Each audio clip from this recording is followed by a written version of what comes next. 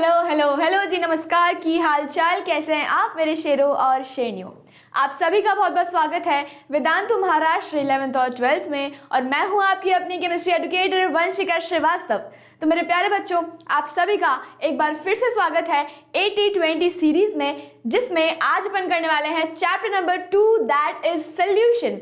और मैं आपको बताऊंगी 20 most important questions of chapter 2, that is solution. तो अपना नोटबुक और पेन साथ में लेके बैठ जाएंगे और मुझे कमेंट सेक्शन में ये भी बता देंगे कि सॉलिड स्टेट का जो हमने 80-20 सीरीज स्टार्ट करी थी, सॉलिड स्टेट चैप्टर नंबर 1, वो आपको कैसा लगा, उसका फीडबैक मुझे कमेंट डाउन करेंगे। और अगर आपने नहीं देखी है तो यार जल्दी जाओ और देख लो, चैनल पे ऑलरेडी अपलोड हो चुका है chapter number 1, that is solid state. तो चलो शुरू करते हैं हमारा second chapter, that is solutions. और अगर मैं बात करूं सॉल्यूशंस की, तो बेटा ये काफी इंपॉर्टेंट चैप्टर है और आपको कम से कम इसमें 6 से 8 मार्क्स के क्वेश्चन देखने को मिल जाएंगे। तो चलो शुरू करते हैं यार अपना बहुत इंटरेस्टिंग वाला चैप्टर। आई होप आप अपने नोट्स बना रहे होंगे और अपनी कॉपी में इसके आंसर्स, क्वेश्चंस जितने भी हैं, ये सारी चीजें आप लिख रहे होंगे।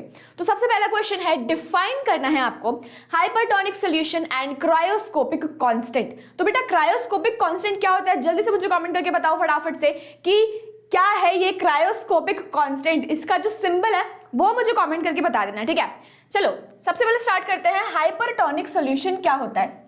A hypertonic solution is a solution having higher osmotic pressure than the another solution with which it is compared.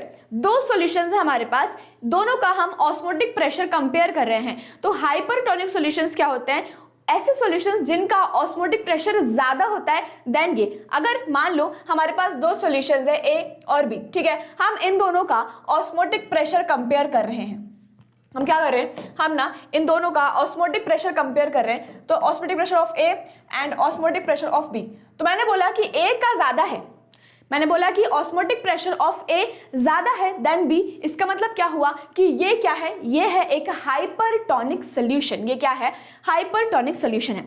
When a cell is placed in a hypertonic solution, जब भी हम किसी सेल को, कोई सी भी एक सेल ले लिया, हमने उसको हाइपरटोनिक सॉल्यूशन में प्लेस किया, तो क्या होता है, water moves out of the cell through the osmosis and the cell shrinks down. तो जब भी हम किसी सेल को इस सॉल्यूशन में रखेंगे तो क्या होगा बेटा, वो जो सेल है वो श्रिंक हो जाता है। क्यों? क्योंकि जो सॉल्वेंट है, सेल से जो सॉल्वेंट है वो बाहर जाता है, ठीक है। तो आप ये चीज हमेशा याद रखेंगे, ऑस्मोसिस में क्या होता है, जो सॉल्वेंट होता है बेटा वो हायर कंसेंट्रेशन से लोअर कंसेंट्रेशन की तरफ जाता है। ऑस्मोसिस में क्या होता है, जो आपका सॉल्वेंट है वो हायर कंसेंट्रेशन से लोअर कंसेंट्रेशन की तरफ जाता है। इसका मतलब क्या हुआ कि जो भी आपका सॉल्यूशन था उसमें कम सॉल्वेंट था, ठीक है। ये आपने सेल रखा, अब सेल में क्या है, ज्यादा पानी है। सेल में क्या है, ज्यादा पानी है। बाहर जो भी सॉल्यूशन है ना, उसमें कम पानी है बेटा, उसमें क्या है, कम पानी है। तो सॉल्वेंट हमेशा मूव करेगा from higher concentration to lower concentration. इसका मतलब क्या हुआ कि सेल से पानी गया आपके सॉल्यूशन में और सेल श्रिंक हो गया, समझ गए। और ये जो सॉल्यूशन है, ये कौन सा सॉल्यूशन है, दिस इज हाइपरटोनिक सॉल्यूशन, मतलब कि उसका ऑस्मोटिक प्रेशर ज्यादा है। Is it clear? ठीक है, तो ये है आपका हाइपरटोनिक सॉल्यूशन। ऐसे ही आपको हाइपोटोनिक सॉल्यूशन भी होता है और आइसोटोनिक सॉल्यूशन भी होता है। हाइपोटोनिक में क्या होता है कि जो ऑस्मोटिक प्रेशर होता है वो कम होता है, और आइसोटोनिक में क्या होता है, बराबर होता है, ठीक है। तो आपको ये तीनों चीजें अच्छे से आनी चाहिए। Next is the cryoscopic constant, और इसको हम क्या बोलते हैं, इसको हम बोलते हैं मोलर डिप्रेशन कांस्टेंट भी बोलते हैं। क्या होता है बेटा ये, इसकी डेफिनेशन आपको लिखनी आनी चाहिए, ठीक है। भले ही आपको पता है कि एग्जैक्टली होता क्या है, ये अपना फ्रीजिंग पॉइंट डिप्रेशन कांस्टेंट है, बट आपको इसकी डेफिनेशन आप कैसे लिखोगे, तो इसलिए मैंने यहाँ पे मेंशन किया है इसको। It is defined as the depression in freezing point produced when 1 mole of a non-volatile solute is dissolved in 1 kg of solvent। क्या होता है बेटा क्रायोस्कोपिक कांस्टेंट, फिर से बता रही हूं मैं। It is defined as the depression in freezing point, ठीक है। It is defined as the depression in freezing point produced कब, जब हमने 1 mole of non volatile solute, non volatile का मतलब क्या होता है, जो कि इजीली इवेपोरेट नहीं कर पाता, ठीक है, जो कि इजीली इवेपोरेट नहीं कर पाता, उसको बोलते हैं नॉन वोलेटाइल। और वोलेटाइल सॉल्यूट्स क्या होते हैं, जो कि इजीली इवेपोरेट कर जाते हैं। तो हमने क्या किया, 1 मोल नॉन वोलेटाइल सॉल्यूट को मिक्स किया, किसमें, डिसॉल्व किया हमने, किसमें, 1 kg ऑफ सॉल्वेंट में, उसको बोलते हैं हम क्रायोस्कोपिक कांस्टेंट। तो इसको हम कैसे लिख सकते हैं, देखो TF is equals to KF.m, और जो ये KF है ना, this is your cryoscopic constant, this is your cryoscopic constant. Is it clear? ठीक है, डन, बताओ सही है। ये दोनों चीजें आपको एकदम अच्छे से क्लियर हो गई हैं। अब मैं आपको एक चीज बता दूं, ये आपको कितने मार्क्स में आने वाला है। सबसे पहले तो यार ये 1 मार्क में आना तय है, ये भी 1 मार्क में, और अगर ये 1-1 मार्क्स में, देखो अलग अलग भी आ सकते हैं, ये क्वेश्चन आपको अलग अलग भी 1 मार्क्स में पूछे जा सकते हैं। और अगर सेक्शन बी में पूछा गया, सेक्शन बी मतलब 2 मार्क वाले क्वेश्चन में पूछा गया, तो ऐसे आएगा, डिफाइन और दोनों दे देंगे आपको, ये 2 मार्क्स हो गए आपके। तो 1 मार्क में भी आ सकता है और 2 मार्क्स वाले क्वेश्चन में भी आ सकता है, तो ये आपको अच्छे से कर लेना है, ठीक है, प्रॉपर्ली एकदम। चलो नेक्स्ट पढ़ते हैं। नेक्स्ट क्वेश्चन है, right the effect of dissolution. Dissolution का मतलब क्या होता है, जब भी अपन सॉल्वेंट में सॉल्यूट डाल देते हैं तो उसको हम डिसॉल्व करते हैं, दैट इज डिसोल्यूशन, सॉल्यूशन बन जाता है। तो हमने सॉल्वेंट लिया, पानी लिया, उसमें हमने सॉल्यूट डाला, उसको हमने डिसॉल्व कर दिया, तो क्या बन गया, सॉल्यूशन बन गया, दैट इज डिसोल्यूशन। तो what is the effect of dissolution on a non volatile solute on the freezing point of solvent. क्या हुआ इस क्वेश्चन का मतलब कि जब भी हमने सॉल्यूट डिसॉल्व किया किसी सॉल्वेंट में, तो क्या फर्क आता है फ्रीजिंग पॉइंट पे। समझे क्वेश्चन का मतलब क्या हुआ, वो ये बोल रहा है कि जब भी हमने कोई सॉल्यूट को डिसॉल्व किया है सॉल्वेंट में, तो फ्रीजिंग पॉइंट पे क्या फर्क आया है। आपको पता ही है कि जब भी हम कोई सॉल्यूट को डिसॉल्व करते हैं सॉल्वेंट में, तो उसका फ्रीजिंग पॉइंट कम हो जाता है, डिप्रेशन इन फ्रीजिंग पॉइंट होता है। याद करो याद करो याद करो, मैंने पढ़ाया था कि जब भी हम सॉल्यूट मिक्स कर देते हैं, नमक को मिक्स कर दिया पानी में, तो क्या होता है, उसका फ्रीजिंग पॉइंट बहुत ज्यादा कम हो जाता है। Is it clear? अब इसको हम लिखेंगे कैसे, तो यहाँ देखो, when a non volatile solute, देखो जब भी आपको नॉन वोलेटाइल सॉल्यूट आएगा तो उससे परेशान नहीं होना है। एक एग्जाम्पल लेके चलो अपने दिमाग में, कभी भी अगर नॉन वोलेटाइल सॉल्यूट आए तो अपने दिमाग में हमेशा शक्कर लेके आना। नॉन वोलेटाइल एग्जाम्पल क्या है इसका, शुगर। नॉन वोलेटाइल सॉल्यूट का एग्जाम्पल क्या है, शुगर। तो जब भी कहीं पे नॉन वोलेटाइल सॉल्यूट लिखा रहे ना, तो तुम्हारे दिमाग में आना चाहिए शक्कर को डिसॉल्व किया है। अगर वोलेटाइल का बात करें, पानी सबसे बेस्ट एग्जाम्पल है, पानी इवेपोरेट हो जाता है ना, तो वोलेटाइल है वो।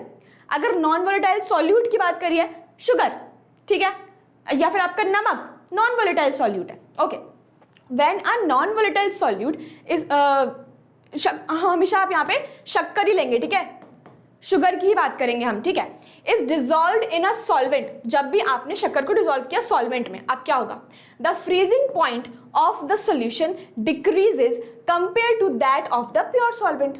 Is it clear? मैंने वही बताया आपको कि जब भी हम सॉल्वेंट में सॉल्यूट को ऐड करेंगे तो क्या होने वाला है, उसका फ्रीजिंग पॉइंट डिक्रीज हो जाएगा, और वही हमने बोला है, and this phenomena is known as the depression in freezing point. अब क्या मैम, हमको इसमें डायग्राम भी बनाना है, बिल्कुल बना के आना है। क्या करोगे आप, यहाँ पे सिंपली 2 बीकर्स बनाना, ठीक है, सिंपली आप 2 बीकर्स बना देना। एक में क्या लिखोगे, एक में आप लिखोगे यहाँ पे पानी दिखा दो, सिंपल पानी दिखाओ, दिखाया पानी, इसका फ्रीजिंग पॉइंट दिखाना है आपको, तो आप लिखोगे TF0। जब भी हम कोई प्योर सॉल्वेंट का या फिर प्योर सॉल्यूट की बात करते हैं तो हम नॉट लगा देते हैं वहां पे।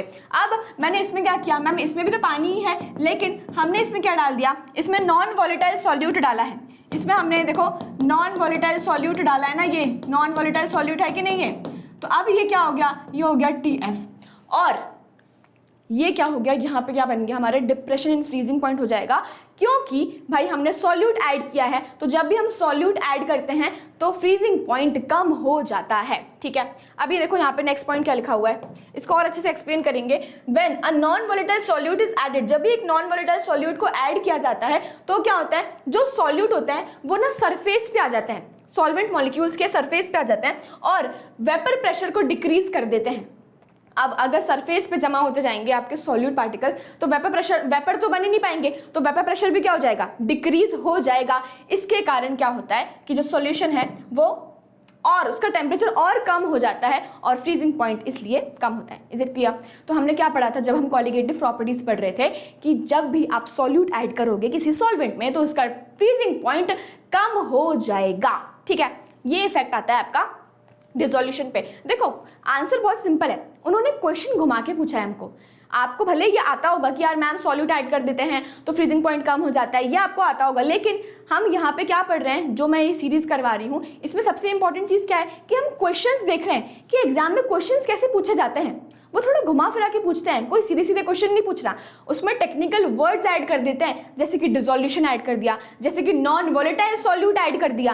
तो अब आप इसमें कंफ्यूज हो जाते हो, होते हो कि नहीं, बता दो मुझे कि मैम जब भी नॉन वोलेटाइल सॉल्यूट या वोलेटाइल सॉल्यूट आ गया तो आपका फ्यूज उड़ गया कि भाई अभी ये क्या दे दिया, कुछ भी नहीं दिया, सिंपल से आपको दिया है। इसका एग्जांपल याद करो कि एक कोई सा एग्जांपल फिक्स कर लो, या चाहे अपने दिमाग में नमक फिक्स कर लो, चाहे अपने दिमाग में शक्कर फिक्स कर लो, कुछ भी एक चीज फिक्स कर लो।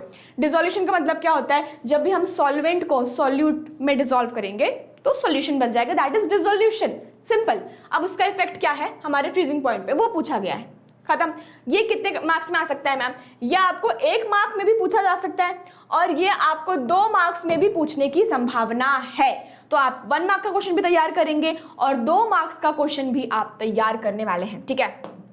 चलो next, what is enthalpy change and volume change of mixing of two components forming an ideal solution। तो ये क्वेश्चन ना आपको 1 मार्क्स में पूछेंगे। क्यों पूछेंगे आपको 1 मार्क्स में, बहुत सिंपल सा क्वेश्चन है।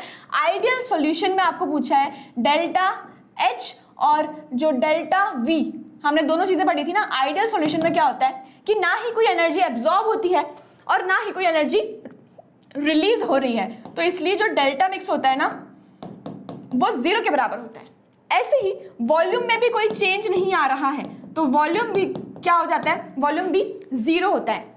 सिंपल से हो गया भाई, ये बस 1 मार्क में आएगा आपको कि आपको पूछा था एंथैल्पी चेंज और वॉल्यूम चेंज, तो आपने लिख दिया आइडियल सॉल्यूशन का। अगर मैं नॉन आइडियल की भी बात कर लूँ, हो सकता है भाई साहब नॉन आइडियल का पूछे, हो सकता है कि अगली बार आपको नॉन आइडियल का पूछ ले।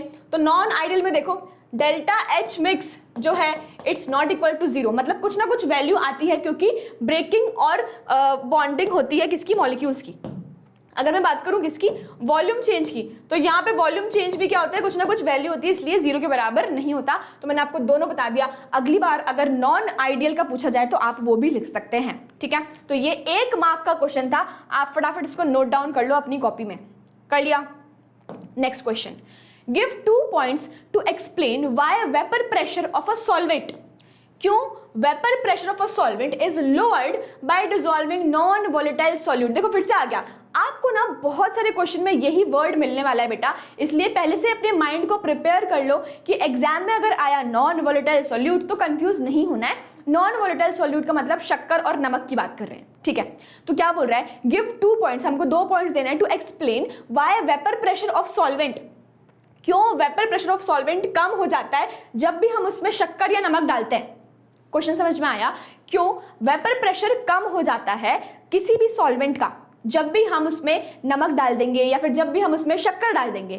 क्यों होता है ऐसा, आपको पता ही है क्यों होता है, क्योंकि अगर हमने किसी भी सॉल्वेंट में, मान लो हमारे पास प्योर वाटर था, ठीक है, हमारे पास फर्स्ट वाले बीकर में प्योर वाटर था, सेकंड वाले में क्या किया हमने, सेकंड वाले केस में क्या किया, उसमें नमक डाल दिया। अब क्या होने वाला है, जैसे उसमें नमक डाल दिया तो यार उसका जो वेपर प्रेशर है वो डिक्रीज हो जाएगा। क्यों होगा, क्योंकि वेपर्स ही नहीं बनेंगे ना। पहले एकदम प्योर सॉल्वेंट था, आराम से सारे जो वाटर पार्टिकल्स थे, वाटर के वाटर जो लिक्विड फॉर्म में था वो वेपर फॉर्म में कन्वर्ट हो रहा था, लेकिन जब हमने सॉल्यूट ऐड कर दिया तो सॉल्यूट के पार्टिकल्स भी तो आ गए, अब वो वेपर ही नहीं बनने दे रहे हैं। तो जब वेपर्स नहीं बनने दे रहे हैं तो वेपर प्रेशर तो कम होने ही वाला है, बस यही चीज़ है। अब इसको हम लिखेंगे कैसे, क्योंकि सबसे बड़ी चीज तो यही होती है कि मैम हम एग्जाम में प्रेजेंट कैसे करेंगे। तो यहाँ देखो सबसे पहला पॉइंट क्या है, decrease in the number of solvent molecules eight the surface. बिल्कुल सही बात है कि नहीं, क्योंकि अब आपके सरफेस पे सिर्फ और सिर्फ सॉल्वेंट पार्टिकल्स नहीं है, अब आपके सरफेस पे जो सॉल्यूट के पार्टिकल्स है ना वो भी आ गए हैं। तो मैंने अगर ऐसे बनाया सॉल्यूट के पार्टिकल्स, ये देखो, ठीक है ये, और बाकी के मैं सॉल्वेंट के बनाती हूँ तो सॉल्वेंट का मैंने ऐसे बना दिया ये, ठीक है। तो हमने क्या दिखाया बेटा, यहाँ पे हमने दिखाया कि जो रेड वाले पार्टिकल्स दिख रहे हैं आपको, ये क्या है, आपके सॉल्यूट के पार्टिकल्स हैं। तो आपके सॉल्यूशन में अब सिर्फ ब्लू कलर के पार्टिकल्स नहीं है, अब रेड कलर वाले पार्टिकल्स भी आ गए हैं जो एक हिंड्रेंस क्रिएट कर रहे हैं कि यार वेपर्स बनने ही नहीं दे रहे हैं। तो decrease in the number of solvent molecules, समझ गए, decrease in the number of solvent molecules when a non volatile solute, मतलब शक्कर या नमक की बात कर रहे हैं, when a non volatile solute is added, solute particles occupy some space at the surface of the solution. Is it clear. जो भी आपका नमक और शक्कर डालोगे तो वो सरफेस पे भी तो रहेंगे ना, वो पूरे में फैले हुए हैं लेकिन वो सरफेस पे भी रहेंगे, ठीक है। तो वो क्या करते हैं, they occupy some space at the surface of the solution, therefore the number of solvent molecules escaping into the vapour phase decrease. इसलिए जो सॉल्वेंट आपके मॉलिक्यूल्स है जो ऊपर जाना चाह रहे हैं वो जा ही नहीं पाते हैं। क्यों? क्योंकि ऑलरेडी ये लोग पहरादारी कर रहे हैं यहाँ पे, वो जाने ही नहीं दे रहे हैं वो लिक्विड को ऊपर, इसलिए आपका जो वेपर प्रेशर है वो कम हो जाता है। दूसरी चीज क्या है, decrease in the escaping tendency of solvent molecules. सबसे पहले चीज क्या थी कि नंबर ऑफ सॉल्वेंट मॉलिक्यूल्स ही कम हो गए। दूसरी चीज क्या है, एस्केपिंग टेंडेंसी, जो सॉल्वेंट पार्टिकल्स ऊपर जा रहे थे वेपर्स बनके वो भी कम हो गए हैं अब, क्योंकि सॉल्यूट पार्टिकल्स इंक्रीज हो गए हैं। तो the presence of solute particles reduces the escaping tendency of solvent molecules from the solution. क्योंकि सॉल्यूट पार्टिकल्स आ गए हैं इसीलिए सॉल्वेंट के जो पार्टिकल्स है वो ऊपर जा ही नहीं पा रहे हैं, जिसकी वजह से वेपर प्रेशर क्या हो रहा है, कम हो रहा है। तो आपको दोनों चीजें समझ में आ गई हैं। क्या सिंपल सी चीज़ है बेटा कि अगर हमने नमक डाला तो नमक के पार्टिकल्स आ गए ना, अभी जो पानी है उसके पार्टिकल्स तो ऊपर जा ही नहीं पा रहे हैं। क्यों? क्योंकि आप वहाँ पे पहरादारी कौन कर रहे हैं, नमक के पार्टिकल्स कर रहे हैं। तो सॉल्वेंट जो वाटर है वो ऊपर जा ही नहीं पा रहा है और सॉल्वेंट के पार्टिकल्स कम हो गए हैं। इसी के कारण जो हमारा वेपर प्रेशर है वो भी कम हो गया है। समझ में आ गया? और यही पूछा था कि 2 पॉइंट्स बता दो ऐसे जिससे हमको पता चल जाए कि जो वेपर प्रेशर है वो कम हो रहा है जब भी हमने एक नॉन वॉलेटाइल सॉल्यूट डाला है। ठीक है, नॉन वॉलेटाइल सॉल्यूट का मतलब पता है क्या हुआ यहाँ पे? तुम सोचो कि अगर जो नमक और शक्कर है वो क्या कर रहे हैं, वो जमा हो रहे हैं ना हमारे सरफेस के ऊपर, तो वेपर प्रेशर कम हो रहा है। अगर इसकी जगह उन्होंने लिखा होता वॉलेटाइल सॉल्यूट, तो वॉलेटाइल क्या करते हैं, वो खुद भी वेपर बन जाते, तो कोई दिक्कत ही नहीं आती ना फिर। तो समझ रहे हो क्या बोल रही हूँ मैं, कि अगर यहाँ पे लिखा होता वॉलेटाइल सॉल्यूट, तो वॉलेटाइल का मतलब होता है जो इजीली एस्केप कर जाए, जो इजीली वेपराइज हो जाए। तो अगर वॉलेटाइल सॉल्यूट होता तो कोई दिक्कत नहीं आती, वो भी ऊपर उड़ जाता, सॉल्वेंट भी ऊपर उड़ रहा है। लेकिन नॉन वॉलेटाइल सॉल्यूट का यहाँ पे क्या एक इंपॉर्टेंस है, नॉन वॉलेटाइल सॉल्यूट ये बोल रहा है कि यार वो हिंडरेंस क्रिएट करे, वो तो जमा हो रहे हैं सरफेस के ऊपर, जिसके कारण ही वेपर प्रेशर क्या हो रहा है, लो हो रहा है। तो आपको पूरे चैप्टर में, पूरे सॉल्यूशन चैप्टर में आपको नॉन वॉलेटाइल सॉल्यूट की ही बात की जाएगी। समझ में आ गया? और नॉन वॉलेटाइल सॉल्यूट जब भी आपको कोई क्वेश्चन में दिखे तो आप इमेजिन करेंगे शक्कर या नमक को। Is it clear? ठीक है, चलिए नेक्स्ट क्वेश्चन करते हैं। द कॉलिगेटिव प्रॉपर्टीज, ये तो 1 मार्क का क्वेश्चन है। अच्छा, ये वाला क्वेश्चन जो है आपको कितने मार्क्स में आ सकता है, तो ये तो आपको 2 मार्क्स में आएगा। ठीक है, ये आपको 2 मार्क्स में आ जाएगा एकदम बढ़िया तरीके से। तो 2 मैंने पूरे अच्छे से पॉइंट्स बता दिए, इसको अपनी कॉपी में लिखेंगे और अच्छे अपनी लैंग्वेज में भी इसको लिख सकते हैं। ठीक है, ये मैंने आपको एक रेफरेंस दिया है कि आप ऐसे लिख सकते हो बेटा अपनी कॉपी में। चलो next, the colligative property, 1 mark का क्वेश्चन है ये। The colligative properties of solution क्या करती हैं, depends on the number of solute particles, है ना। सिर्फ और सिर्फ डिपेंड करती है किस पे, नंबर ऑफ सॉल्यूट पार्टिकल्स पे डिपेंड करती है, उनके नेचर पे डिपेंड नहीं करती हैं कि उनका क्या नेचर है, इस पे बिल्कुल भी डिपेंड नहीं करती हैं। ठीक है, क्लियर है? चलो, आपको बताना है रॉल्स लॉ। या आपको आ सकता है 1 मार्क में, या आपको आ सकता है 2 मार्क में, या आपको आ सकता है 1.5 मार्क्स में। ठीक है, क्या कितने मार्क्स में आएगा उसके अकॉर्डिंग आपको देखना है। क्या होता है Rawls law? It states that the partial vapour pressure of any volatile component. देखो ये जो टर्म्स है ना, ये टर्म्स लिखे हुए हैं, partial vapour pressure, volatile component, ये आपको अपने आंसर में लिखना ही है। आप अपने मन से लिख सकते हो आंसर, ऐसा कोई दिक्कत वाली बात नहीं है, लेकिन ये टर्म्स भी आपको लिखना है, उसमें मेंशन करना है, क्योंकि एग्जामिनर पता है क्या करता है, उसको पता है, उसको देखो आंसर पता है ऑब्वियसली एग्जामिनर को, वो सिर्फ एक टर्म्स ढूंढता है आपके क्वेश्चन में कि यार तुमने टर्म लिखा है क्या, हाँ ठीक है चलो फुल मार्क्स दे देते हैं। बेटा वो कभी भी आपका पूरा क्वेश्चन पे आंसर शीट पढ़ के नहीं बैठेगा, उसके पास 100, 150, 200 आंसर शीट्स है।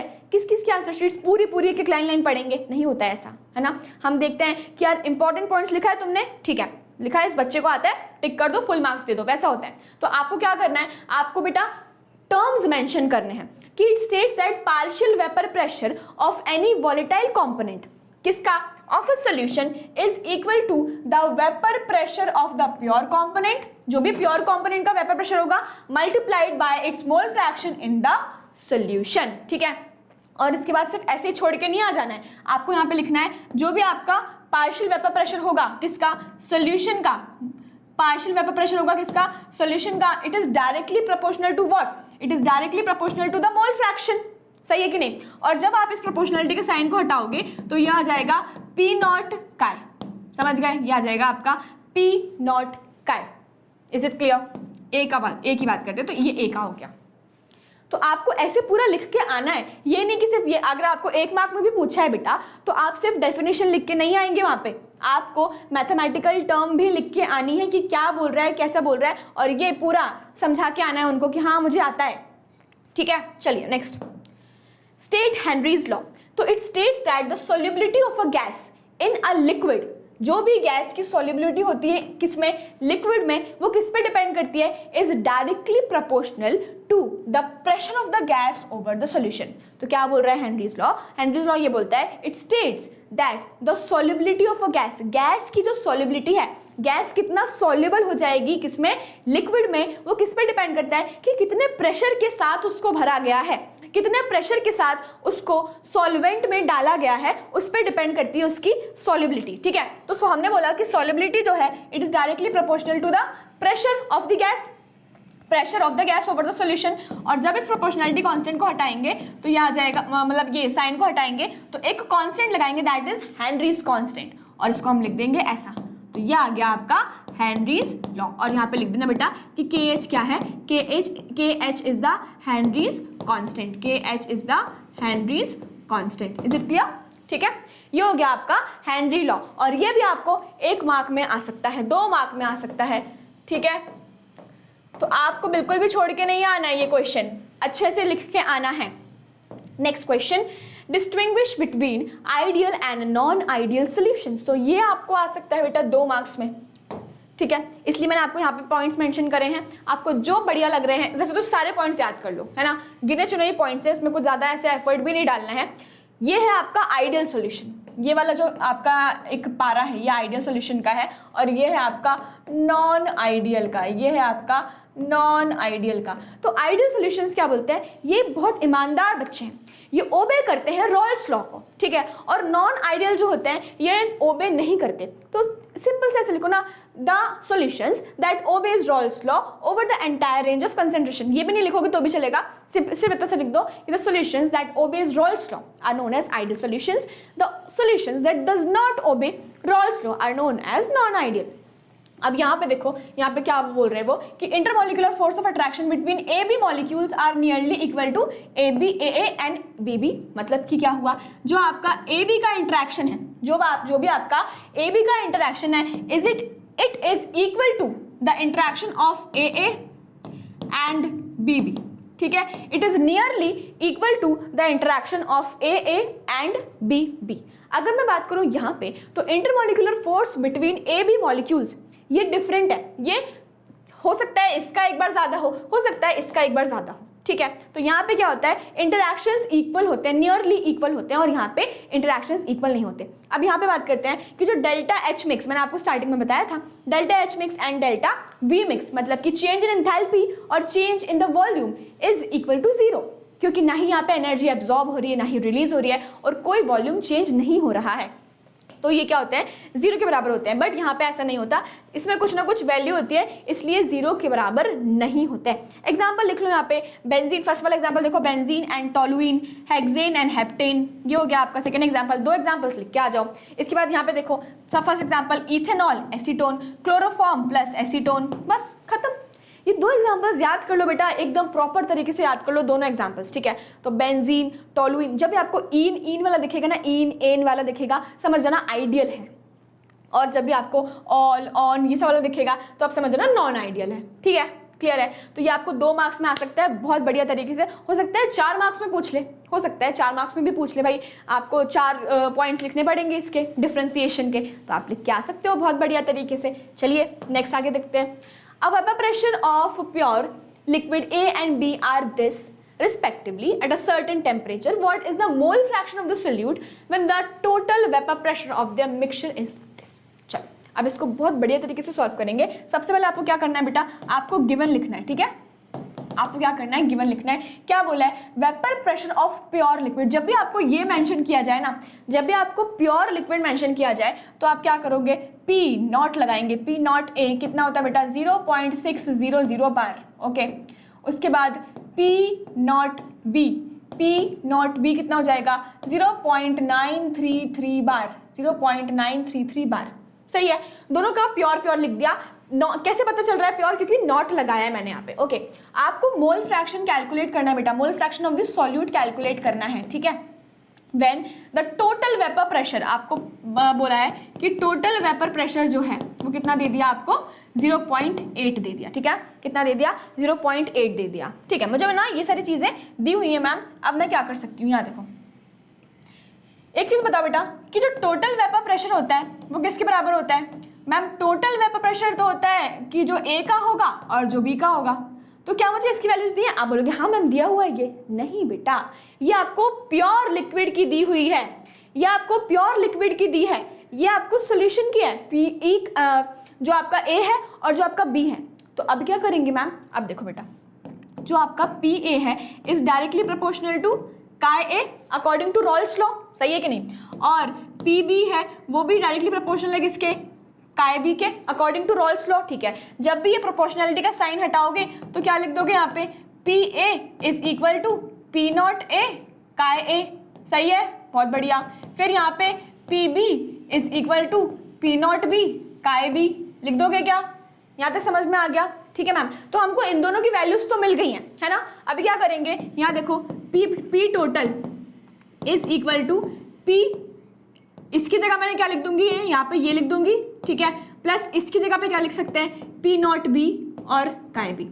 जिसको ये फॉर्मूला डायरेक्ट आता है बहुत अच्छी बात है, जिनको नहीं आता वो यहाँ से शुरू कर सकते हैं, क्योंकि रटने की चीज़ नहीं है ये, ठीक है। इसलिए मैं आपको पूरा डिराइव करके बता रही हूँ। कभी फॉर्मूला भूल गए, मान लो हम प्रेशर में भूल जाते हैं, तो हम क्या करेंगे? चलो अब यहाँ देखते हैं कि आपका जो ये होता है काय ए प्लस काय बी कितने बराबर होता है? 1 के बराबर होता है ना। तो मैं यहाँ से क्या लिख सकती हूँ? काय बी की वैल्यू क्या लिख सकती हूँ? मैम लिख सकती हूँ 1 माइनस काय ए, सही है कि नहीं? ठीक है, तो मैं यहाँ पे सब्सटीट्यूट करूँ इसकी वैल्यूज, या फिर मैं इसको काय ए भी लिख सकती हूँ ऐसे, काय ए is equal to 1 minus chi B. मैं दोनों की वैल्यूज सब्सटीट्यूट कर सकती हूँ किसी में भी, ठीक है। चलिए अब क्या करेंगे, P not A 1 minus chi B लिख दिया मैंने, 1 minus chi B plus P not B chi B, ठीक है, क्लियर है। अब इसको अंदर मल्टीप्लाई करो जल्दी से, ये हो जाएगा पी नॉट ए माइनस ये हो जाएगा पी नॉट ए काय बी, ठीक है, प्लस ये हो जाएगा P not B chi B. Okay, अब क्या करेंगे, बस इसको सिंपली ऐसे लिख दो, पी नॉट ए, ये वाली टर्म को मैं आगे ले रही हूँ बेटा, ये वाली टर्म को मैं आगे ले रही हूँ, तो ये हो जाएगा प्लस ब्रैकेट में लिख सकती हूँ मैं पी नॉट बी माइनस ये लिख दूंगी पी नॉट ए, और काय बी को हम कॉमन ले लेंगे, ठीक है। ये हम ऑलरेडी कर चुके हैं बेटा, आपको पता है ये वाला, ठीक है। तो ऐसे मत बोलना कि मैम ये क्या कर दिया आपने, और ये आ गया हमारा एकदम लास्ट वाला टर्म। अब इसको जिन बच्चों को डायरेक्टली आता है बहुत अच्छी बात है। अब देखो पी टोटल पता है कि तुम्हें, देखो टोटल पता है, पी नॉट ए पता है क्या? पी नॉट ए पता है मैम। पी नॉट बी पता है क्या? पी नॉट बी पता है। पी नॉट ए पता है। हमको काय बी तो निकालना था, देखो बस ये वाला फॉर्मूला लगेगा इसमें, ठीक है। तो चलो अब इस फॉर्मूले में हम यहाँ पे लिखेंगे, ये क्या है आपका पी टोटल कितना है बेटा? 0.8 है, ठीक है। पी नॉट ए कितना है? 0.600 है, ठीक है, प्लस जो पी नॉट बी है वो कितना है मैम? 0.933 है, बहुत बढ़िया बेटा, माइनस पी नॉट ए कितना है मैम? 0.600 है, और काय बी। अब आप इसको कैलकुलेट नहीं कर सकते हो क्या? कर सकते हैं, कैसे करेंगे? 0.8 इसको माइनस में लेके जाओ इधर पे, 0.600, यहाँ पे देखो इसको माइनस कर दो, कितना आ जाएगा ये, इसको माइनस करो यहाँ पे 0.933 और 0.600 कितना आ जाएगा? ये आ जाएगा 3, ये आ जाएगा 3 और 9 3, ठीक है। ये आ गया आपका 0.333 काय बी, समझ गए? इसको आप कैलकुलेट करोगे कितना आएगा? 0.200 अपॉन इसको नीचे लेके आ जाओ 0.333 इज इक्वल्स टू काय बी। बस इसको आप कैलकुलेट कर लो, कितना आ जाएगा? अप्रॉक्सीमेटली 0.6 समथिंग कुछ तो भी आएगा, ठीक है। ये आ गया आपका काय बी, बस इतना से तो निकालना था आपको। और बेटा आपको मैं बता रही हूँ ये क्वेश्चन आपको 4 मार्क्स में आएगा, 4 मार्क्स का क्वेश्चन है ये, इसलिए इसको बिल्कुल भी हल्के में मत लेना। ये 4 मार्क्स का क्वेश्चन है, ठीक है, 4 मार्क्स का क्वेश्चन है, बहुत अच्छे से करना है आपको, और हर बार आता है एग्जाम में। आप देखना यूजुअली आपको ऐसे क्वेश्चंस देखने को मिल ही जाएंगे, न्यूमेरिकल देखने को मिलता है आपको, और 4 मार्क्स का क्वेश्चन है ये, कर लोगे अभी सॉल्व, बहुत ईजी था, इसका स्क्रीनशॉट ले लो फटाफट से या फिर इसको अपनी कॉपी में लिख लो, ठीक है। चलिए नेक्स्ट क्वेश्चन करते हैं। Derive the expression for molar mass of solute in terms of boiling point elevation of solvent. अब ये क्वेश्चन पता है कितने मार्क्स का है? ये हो सकता है 3 मार्क्स में आ जाए, हो सकता है 4 मार्क्स में आ जाए, इससे कम का नहीं आएगा, इससे कम का ये आएगा ही नहीं, 3 मार्क्स का या 4 मार्क्स का। तो इसको तो अपनी कॉपी में अच्छे से लिखना है आपको। सबसे पहले क्या करना है मैम? सबसे पहले हमको यहाँ पे 2 डायग्राम्स बनाने हैं, ठीक है। बना के आना है कि डायग्राम? बिल्कुल बना के आना है। तुम्हें ये बताना है एग्जामिनर को कि तुम्हें आता है और तुमने साल भर बहुत पढ़ाई करी है। उसको नहीं पता है, वो तुम्हारे घर पे नहीं आ रहा था देखने के लिए कि तुमने कितनी पढ़ाई करी है, समझे हो? इसलिए तुम्हें बताना है उसको कि यार मैंने बहुत पढ़ाई करी, मेरे को आता है। चलिए यहाँ देखो हमने क्या किया, यहाँ पे हमने प्योर लिक्विड बनाया। ये देखो ये प्योर लिक्विड बना दिया मैम एकदम बढ़िया तरीके से। यहाँ पे भी लिक्विड बनाओ, वाटर तो यहाँ पे भी है ना, वाटर तो यहाँ पे भी है कि नहीं है? बना दिया वाटर। चलिए ये क्या है? प्योर लिक्विड है, प्योर लिक्विड है तो हम क्या लिखेंगे? इसको लिख देंगे TB नॉट। प्योर में हम हमेशा नॉट लगाते हैं। और अगर मैंने इसमें क्या डाला है, इसमें मैंने सॉल्यूट डाला है, ऐसे मैंने क्या डाला है, इसमें सॉल्यूट डाला है ना, ऐसे करके। इसको दिखाना बेटा आपको, ऐसे करके सॉल्यूट डाला है, देखो बहुत सारा दिखा दो ताकि आपको पता चल जाए कि इसमें सॉल्यूट डाला है। दिख रहा है क्या? बहुत बढ़िया। तो सॉल्यूट कितना है? अगर सॉल्यूट डाल दे तो इसका कितना हो जाएगा? TB। इतना हो जाएगा TB। Is this clear? Is this clear और नॉट? ठीक है। अब क्या करोगे आप? सबसे पहले तो यहाँ पे लिख दोगे कि डेल TB, जो डेल TB है बेटा वो कितना है? मैम डेल TB हमेशा जो चेंज होता है ना वो ज़्यादा में से कम माइनस करते हैं। ज़्यादा किसका है? जैसे ही हमने सॉल्यूट डाला, तुम सोचो ना, पहले पानी बॉईल हो रहा था, जैसे ही हमने सॉल्यूट डाला तो बॉइलिंग पॉइंट बढ़ गया, उसका बढ़ गया ना, तो ये ज़्यादा है। तो हम क्या लिखेंगे यहाँ पे? हम लिखेंगे TB माइनस TB नॉट, ठीक है। हम क्या लिखेंगे? हम लिखेंगे यहाँ पे TB माइनस TB नॉट लिख देंगे। Is this clear? ठीक है। अब एक और चीज़ देखो, जो आपका TB होता है बेटा वो डायरेक्टली प्रोपोर्शनल होता है किसके? किसके?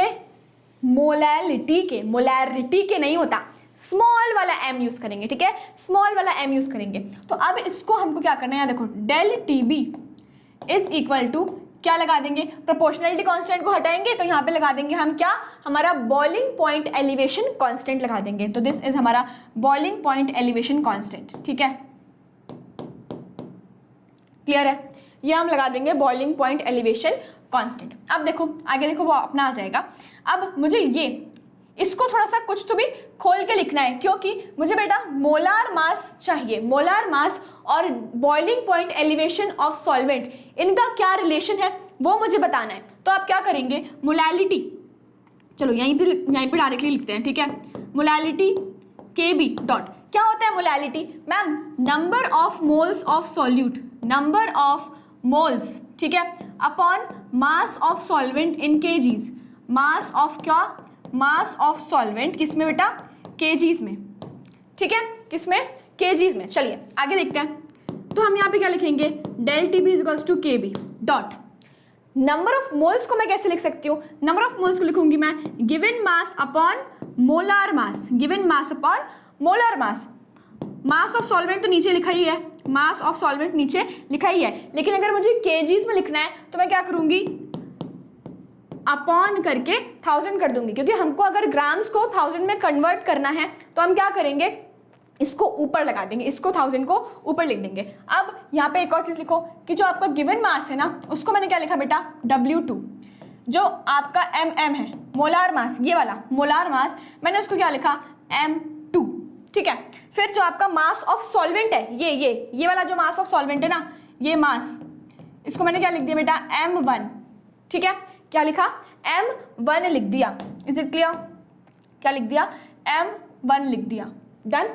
चलो अब इसको यहाँ पे सब्स्टिट्यूट करते हैं एक बार, तो ये हो जाएगा बेटा del TB is equal to KB dot, इसके जगह क्या लिखेंगे? W2 अपॉन ये क्या है? M2 है, ठीक है।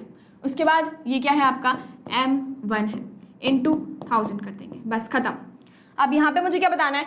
M2 मोलार मास, ये वाला molar mass of the solute, यही तो है हमारा सॉल्यूट का मोलार मास, तो यही है ना। देखो number of moles of solute की बात कर रहे थे अपन, तो मोलार मास ऑफ सॉल्यूट ये है बेटा। तो हम क्या लिखेंगे यहाँ पे? हम लिखेंगे M2 इज इक्वल टू, ये TB को मैं इधर लेके जाऊँ, TB को मैं इधर लेके जाऊँ क्या, ठीक है, तो ये हो जाएगा 1000 अपॉन ये नीचे आ जाएगा डेल TB इंटू M2, खत्म।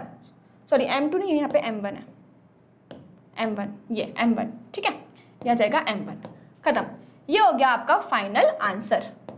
ये आपको लिखना है और ये आपको करके आना है, आपके एग्जाम में लिख के आना है बहुत अच्छे से, ठीक है। आप बॉइलिंग पॉइंट एलिवेशन की भी डेफिनेशन लिख के आओगे कि when a non volatile solute is added in the solvent, non volatile solute mention करना है कि when a non volatile solute is added in the solvent the boiling point increases, the boiling point increases of the solution, the boiling point of the solution increases, ऐसा लिख के आओगे और उसके बाद ये शुरू करोगे, उसके बाद आप ये पूरा जो भी डेरिवेशन है वो शुरू करोगे।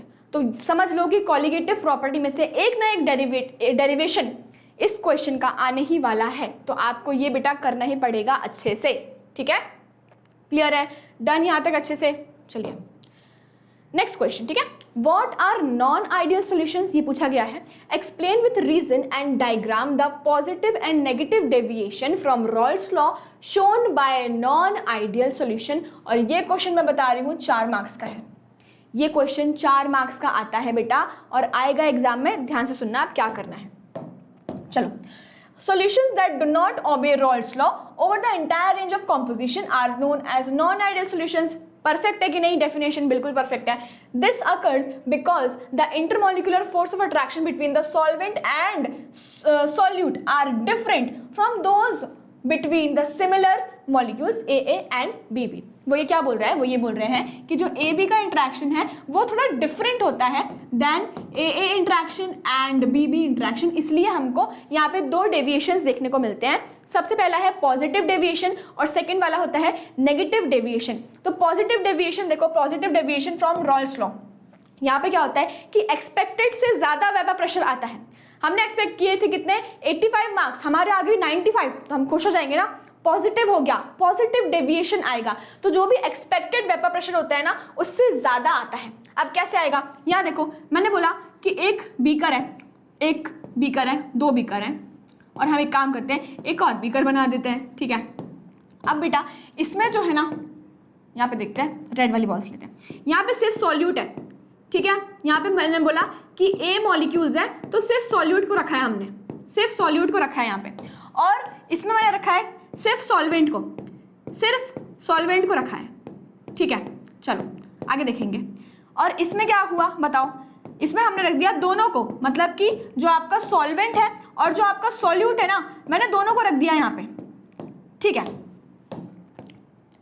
तो ये हो गया हमारा AA इंट्रैक्शन, ठीक है, AA इंट्रैक्शन हो गया, ये हो गया हमारा BB इंट्रैक्शन, सही है, और ये वाला हो गया AB इंट्रैक्शन, ये क्या हो गया AB इंट्रैक्शन। अब तुम सोचो कि जो वेपर प्रेशर है वो ज्यादा कैसे आ रहा होगा, क्योंकि जो AB इंट्रैक्शन है ना वो वीकर है बेटा, जो AB इंट्रैक्शन है ना वो क्या है, वो वीकर है, वीकर बॉन्ड्स बनाएगा, ठीक है, वीकर बॉन्ड्स है इनके। AA इंट्रैक्शन मतलब जो सॉल्यूट में इंट्रैक्शन है वो बहुत स्ट्रांग है, जो आपका सॉल्वेंट में इंट्रैक्शन है वो बहुत स्ट्रांग है, लेकिन जो आपका सॉल्यूशन जो बना है उसका जो इंट्रैक्शन है वो बहुत वीक है। अगर वीक है तो बॉन्ड जल्दी टूट जाएंगे, अगर बॉन्ड जो है वो जल्दी टूट गए तो क्या होने वाला है, वेपर्स ज्यादा बनेंगे, ज्यादा वेपर्स बनेंगे तो ज्यादा वेपर प्रेशर हो जाएगा। समझे क्या बात, समझे, फिर से बता रही हूँ कि अगर वीक बॉन्ड्स होंगे, अगर सोचो इमेजिन करो कि वीक बॉन्ड्स है, एकदम ऐसे लंजे से बॉन्ड्स है, टूट जाएंगे जल्दी, टूटेंगे, बिल्कुल टूटेंगे। अगर बॉन्ड जल्दी टूट गए तो जो लिक्विड है वो वेपर्स में कन्वर्ट होगा, इजीली कन्वर्ट हो जाएगा। बिल्कुल मैम, अगर वेपर्स में इजीली कन्वर्ट हो रहा है तो उसका वेपर प्रेशर भी तो ज़्यादा होगा, वेपर प्रेशर ज़्यादा होने वाला है, ठीक है। इसीलिए जो आपका एक्सपेक्टेड वेपर प्रेशर आता है वो ज़्यादा आता है। इसको आप यहाँ पे ग्राफ से भी एक्सप्लेन कर सकते हो कि अगर मान लेते हैं ये हमारा एक नॉर्मल रॉल्स लॉ वाला क्या है, डायग्राम है किसका, वेपर प्रेशर का, तो जो हमारा पॉजिटिव डेविएशन आएगा, जो हमारा, इसको हम से बनाते हैं, जो भी हमारा पॉजिटिव डेविएशन आएगा वो कैसे आएगा, देखो ये आया हमारा पॉजिटिव डेविएशन, ये वाला, ये देखो ये आया हमारा पॉजिटिव डेविएशन। जो ब्लैक वाला है बेटा वो नॉर्मल है, जो ब्लैक वाला है ना वो नॉर्मल है, लेकिन जो हम ये बात कर रहे हैं ना कि पॉजिटिव डेविएशन आया है तो ये एक्सपेक्टेड से ज़्यादा आ गया ना, ये देखो एक्सपेक्टेड से ज़्यादा आया है, इसको मैं ऐसे बना देती हूँ पूरा, एक्सपेक्टेड से ज़्यादा आ गया, ये वाला भी एक्सपेक्टेड से ज़्यादा आ गया, तो इसको आपको बना के आना है। और वो यही बोल रहा था कि एक्सप्लेन विथ डायग्राम, कि आपको बताना है कि कैसे आया है, तो आपको दोनों डायग्राम बना के आना है, ये बना देना और ये बना देना। भाई आपको आपके जो 4 मार्क्स है वो पूरे के पूरे आपके ही हैं, कहीं नहीं जाएंगे आपके 4 मार्क्स, समझ गए ना, समझ गए ना। ऐसी बात कर लेते हैं अपन दूसरे की, नेगेटिव डेविएशन में क्या होता है, नेगेटिव डेविएशन में क्या होता है। तो नेगेटिव डेविएशन में देखो यहाँ पे मैंने 3 बीकर्स बनाएंगे फिर से अपन, ठीक है, 3 बीकर्स बनाए अपन ने, एक में क्या है बेटा, एक में सॉल्यूट है, एक में आपका सॉल्वेंट है और एक में क्या होने वाला है, सोल्यूशन होने वाला है। तो आप अभी खुद सोचो कि यहाँ पे देखो, मान लो कि मैंने लगाया सॉल्यूट, यहाँ पे क्या है, आपके सॉल्यूट के पार्टिकल्स हैं, ठीक है, यहाँ पे क्या है, सॉल्यूट के, ऐसे बनाना है आपको, ऐसे बनाना है बढ़िया तरीके से, सॉल्यूट के पार्टिकल्स हैं, ठीक है। और जो आपका ये वाला जो बीकर है, सेकंड वाला बीकर है, इसमें क्या है, आपके सॉल्वेंट के पार्टिकल्स हैं, इसमें क्या है, सॉल्वेंट के पार्टिकल्स हैं ये, और यहाँ पे फाइनली क्या है आपका सॉल्यूशन है, यहाँ पे क्या है आपका सॉल्यूशन है। चलो, तो अब अगर नेगेटिव डेविएशन आ रहा है, अगर अभी नेगेटिव डेविएशन आ रहा है तो मतलब कि जो ए और बी है ये क्या है, ये वीकर है, और जो ए बी मॉलिक्यूल्स, जो भी ए बी का इंटरेक्शन है वो क्या है, स्ट्रॉन्ग है, जो ए बी का इंटरेक्शन है ना वो क्या है, स्ट्रॉन्ग है। अगर इंटरेक्शन स्ट्रॉन्ग है, तुम सोचो कि अगर बॉन्ड स्ट्रॉन्ग है तो उसको तोड़ने में मेहनत लगेगी, वो बॉन्ड टूट नहीं रहा, अगर बॉन्ड नहीं टूट रहा है तो जो वाटर है वो वेपर में कन्वर्ट नहीं होगा, और अगर वेपर में कन्वर्ट नहीं हो रहा है तो वेपर प्रेशर तो लो ही आएगा, सही है कि नहीं। फिर से बता रही हूँ कि अगर बॉन्ड स्ट्रॉन्ग है, बॉन्ड स्ट्रॉन्ग मतलब कि जो आपका लिक्विड है वो वेपर में कन्वर्ट ही नहीं हो रहा है, अगर वेपर में कन्वर्ट नहीं हो रहा है तो वेपर प्रेशर नहीं होने वाला, इसके लिए इसी से नेगेटिव डेविएशन आता है। तो जो हम एक्सपेक्ट कर रहे हैं उससे कम आता है, जो भी हमने एक्सपेक्ट किया है ना उससे क्या होता है, थोड़ा सा कम आता है। तो अगर मैंने बनाया यहाँ पे एक नॉर्मल वाला रॉल्स लॉ वाला डायग्राम, ये देखो, ये हमने बनाया रॉल्स लॉ वाला, ठीक है, ये ऐसे होता है रॉल्स लॉ का। अगर मैंने बोला कि एक्सपेक्टेड से कम है बेटा, क्या बोला, एक्सपेक्टेड से कम है, तो ऐसा आएगा कुछ, ये आएगा इसका ग्राफ, ठीक है, ये आया इसका ग्राफ, ये आया इसका ग्राफ। तो आपने सोचा था भाई आ रहे 85%, आ गए आपके 75%, तो नेगेटिव हो गया ना। तो this is negative deviation. A solution shows negative deviation when its observed vapour pressure is less than the vapour pressure predicted by Raoult's law. तो एक्सपेक्टेड से कम आता है, क्या आता है, एक्सपेक्टेड से कम आता है। और ये पूरा आपको अच्छे से बना के आना है, मैंने इसलिए पूरा आंसर आपको बता दिया यहाँ पे, तो आप इसको गलत नहीं करेंगे, एकदम सही करके आना है, प्लीज, समझ गए। चलिए next question, explain the terms semi permeable membrane, osmosis, osmotic pressure, water isotonic solution, explain with one example. ये आपको आएगा 4 मार्क्स में confirm.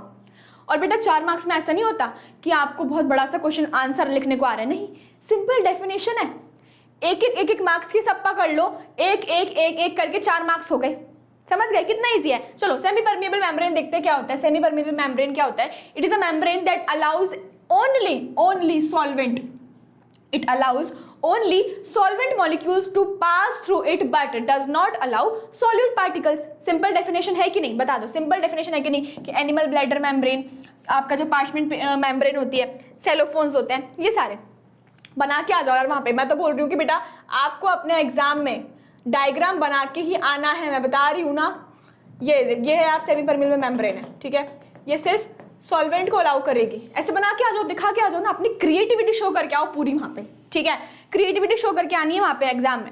Osmosis is the spontaneous movement of solvent molecules through a semi permeable membrane from a dilute solution to a concentrated solution. या फिर इसके बहुत सारे definitions है, कब, जब सॉल्वेंट मूव करता है from the higher concentration, solvent की बात कर रहे हैं, ठीक है, हम बात करें किसकी, सॉल्वेंट की बात करें, तो solvent move from the higher concentration to the lower concentration until equilibrium is reached, until equilibrium is reached. आपको ये बना के आ जाना है, इसका भी डायग्राम ऐसे बना के आना है। ऑस्मोसिस क्या होता है, जब भी सॉल्वेंट मॉलिक्यूल्स मूव करते हैं through a semi permeable membrane from the higher concentration of the solvent region to the lower concentration of the solvent region, उसको बोलते हैं ऑस्मोसिस। नेक्स्ट, ऑस्मोटिक प्रेशर क्या होता है, एक ऐसा प्रेशर है जो कि स्टॉप कर देता है फ्लो ऑफ सॉल्वेंट को, जो कि स्टॉप करता है फ्लो ऑफ सॉल्वेंट को। यहाँ देखो ये कुछ इस टाइप का था हमारा, ये बना के आना बेटा, आपको मैं बता रही हूँ ये, ठीक है, सभी लोगों को बना के आना है। ये आपका सेमी परमेबल मेम्ब्रेन है, यहाँ पे आपका वो है सॉल्वेंट, यहाँ पे आपका क्या है, जो भी सॉल्यूशन है, ठीक है। और ये क्या हो रहा है, ये मूवमेंट हो रहा है, यहाँ से मूवमेंट हो रहा है सॉल्वेंट का। अब मूवमेंट जब हो रहा है तो हमें उसको रोकना है, तो हम यहाँ से प्रेशर अप्लाई करेंगे, यहाँ से प्रेशर अप्लाई करेंगे, और इसको ही बोलते हैं ऑस्मोटिक प्रेशर। तो the osmotic pressure is the minimum external pressure that must be applied to the solution to stop the process of osmosis, ठीक है। और it is represented by pi, pi से रिप्रेजेंट करते हैं। आइसोटोनिक सॉल्यूशंस क्या होते हैं, ऐसे सॉल्यूशंस जिनका ऑस्मोटिक प्रेशर बराबर होता है, ठीक है। दो सॉल्यूशंस हैं जिनका ऑस्मोटिक प्रेशर क्या होता है, सेम होता है। Two solutions having the same osmotic pressure at the same temperature are called isotonic solutions, and when two isotonic solutions are separated by a semi permeable membrane there is no net movement of the solvent between them. ये आपको लिख के आ जाना है। तो ये 4 definitions मैंने आपको बता दी, कितनी अच्छी डेफिनेशंस, कितनी प्यारी डेफिनेशंस यार, पूरे 4 मार्क्स आपको दिला के जाएंगी ये डेफिनेशंस, ठीक है, क्लियर है।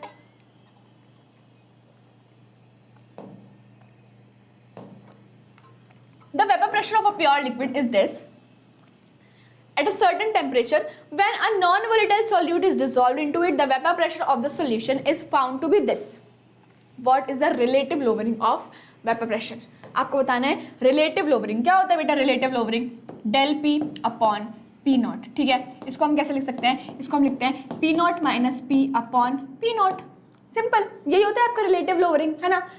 क्या क्या दिया है पहले वो देखते हैं, ठीक है। ये तो इसको हम थोड़ा सा कॉर्नर पे लिखते हैं ताकि आपको यहाँ पे पता चल जाए, ठीक है। तो del P upon P naught is equals to P naught minus P upon P naught, ठीक है, ये होता है P naught upon P naught minus P upon P naught. अभी आपको गिवन क्या है, गिवन क्या क्या दिया है, the vapour pressure of a pure liquid, pure liquid की मतलब ये बात हो रही बेटा, प्योर लिक्विड मतलब ये, ठीक है, इज दिस बार इतना प्रेशर है। When a non volatile solute is dissolved into it the vapour pressure of the solution, तो वेपर प्रेशर ऑफ सॉल्यूशन दिया है आपको 0.041 बार, ठीक है। आपको बताना है रिलेटिव लोवरिंग, सिंपल है यार, कुछ भी नहीं है, बस इसमें आपको यही रखना है। तो रिलेटिव लोवरिंग क्या हो जाएगी, आप यहाँ पे रख दोगे पी नॉट की वैल्यू क्या है, पी नॉट की वैल्यू 0.043, पी की वैल्यू क्या है 0.041 अपॉन पी नॉट की वैल्यू क्या है 0.043, समझ गए, इज दिस क्लियर। बस अभी इसको आप कैलकुलेट कर दो, इसमें कैलकुलेट करने में कुछ भी नहीं है, यह जाएगा आपका 0.002 अपॉन 0.043। करो इसको कैलकुलेट, कितना आएगा, करो इसको कैलकुलेट फटाफट से, करो इसको कैलकुलेट करो, कितना आ जाएगा आपका आंसर, आपका आंसर आ जाएगा 0.0465, ठीक है। ये आ गया आपका relative lowering of vapour pressure, खत्म। इतना इजी क्वेश्चन, और ये आपको पता है कितने मार्क्स में आएगा, ये आपको 3 मार्क्स में आ जाएगा पक्का, 3 मार्क्स में।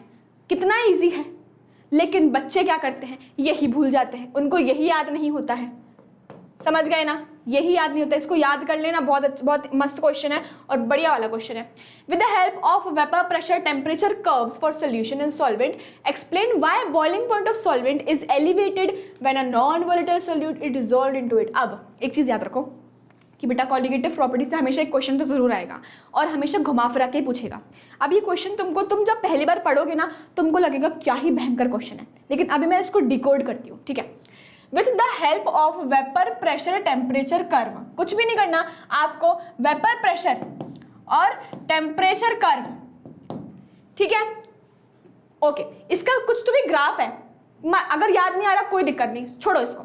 For a solution in solvent, explain क्या करना है, why boiling point of solvent, क्यों बॉइलिंग पॉइंट किसका, सॉल्वेंट का, इज एलिवेटेड। एलिवेटेड का मतलब पता है क्या होता है, बढ़ना, इंक्रीज, बढ़ जाता है। क्यों बॉइलिंग पॉइंट ऑफ सॉल्वेंट बढ़ जाता है, जब हमने उसमें एक नॉन वॉलेटाइल सॉल्यूट ऐड किया। ये तो तुमको पता ही है, तुम कब से पढ़ते आ रहे हो कि एक प्योर बीकर, एक प्योर हमने सॉल्वेंट लिया और उसमें हमने सॉल्यूट डाल दिया तो उसका बॉइलिंग पॉइंट बढ़ जाता है, एलिवेशन इन बॉइलिंग पॉइंट। उसको घुमा फिरा के पूछ लिया, बस खत्म। और तुम्हें पता है क्या, ये तुमको 3 मार्क्स में आएगा, ये तुमको 3 मार्क का क्वेश्चन नहीं है, ठीक है। चलो, इसलिए मैंने इसका कंप्लीट आंसर बनाया यहाँ पे, और इसका कर्व भी देखेंगे जो आपके ऑलरेडी बुक में दिया हुआ है, तो मैंने बुक वाले ही कर्व लगाया यहाँ पे ताकि आप रिलेट कर सको। तो जब भी आप बुक देखोगे ना, आपको याद आ जाएगा कि हाँ यार ये वही वाला कर्व है। तो when a non volatile solute is dissolved, देखो लाइन बाय लाइन करेंगे। When a non volatile solute, मैंने बोला ना कि सॉल्यूशन चैप्टर में आपको हर क्वेश्चन में ये दिमाग में फिक्स कर लो कि नॉन वोलेटाइल सॉल्यूट दिखने वाला है। इसका मतलब क्या है, शक्कर या नमक, शक्कर या नमक, समझ गए, कंफ्यूज नहीं होना बेटा। When a non volatile solute मतलब कि व्हेन नमक is dissolved in a solvent, पानी, the vapour pressure of the solution becomes lower than that of the pure solvent at the same temperature. जो वेपर प्रेशर होता है वो कम हो जाता है, ठीक है। हम बात कर रहे हैं कि वेपर प्रेशर कम हो जाता है, ठीक है। On dissolving a non-volatile solute in a solvent, the vapor pressure of the solution is lower than the, ठीक है, ये तो हो गया, फिर से हो गया, ये तो रिपीट हो गया, कोई दिक्कत नहीं है। Since, अब देखो यहाँ देखो, since the boiling occurs when vapor pressure becomes equal to the atmospheric pressure, the solution has to be heated to the higher temperature to attain this pressure। तो सॉल्यूशन का बॉइलिंग पॉइंट क्या हो जाता है, बढ़ जाता है, और इसीलिए therefore the boiling point of solution is higher than that of the pure solvent, and this leads to increase in the boiling point which is called as the elevation in boiling point। तो यहाँ से आपको लिखना है कि since boiling occurs, जब भी boiling occur होती है, when vapor pressure becomes equal to the atmospheric pressure, तो इसलिए उसका टेम्परेचर बढ़ाना पड़ता है, उसका टेम्परेचर क्या करना पड़ता है, बढ़ाना पड़ता है, और इसीलिए बॉइलिंग पॉइंट बढ़ जाता है।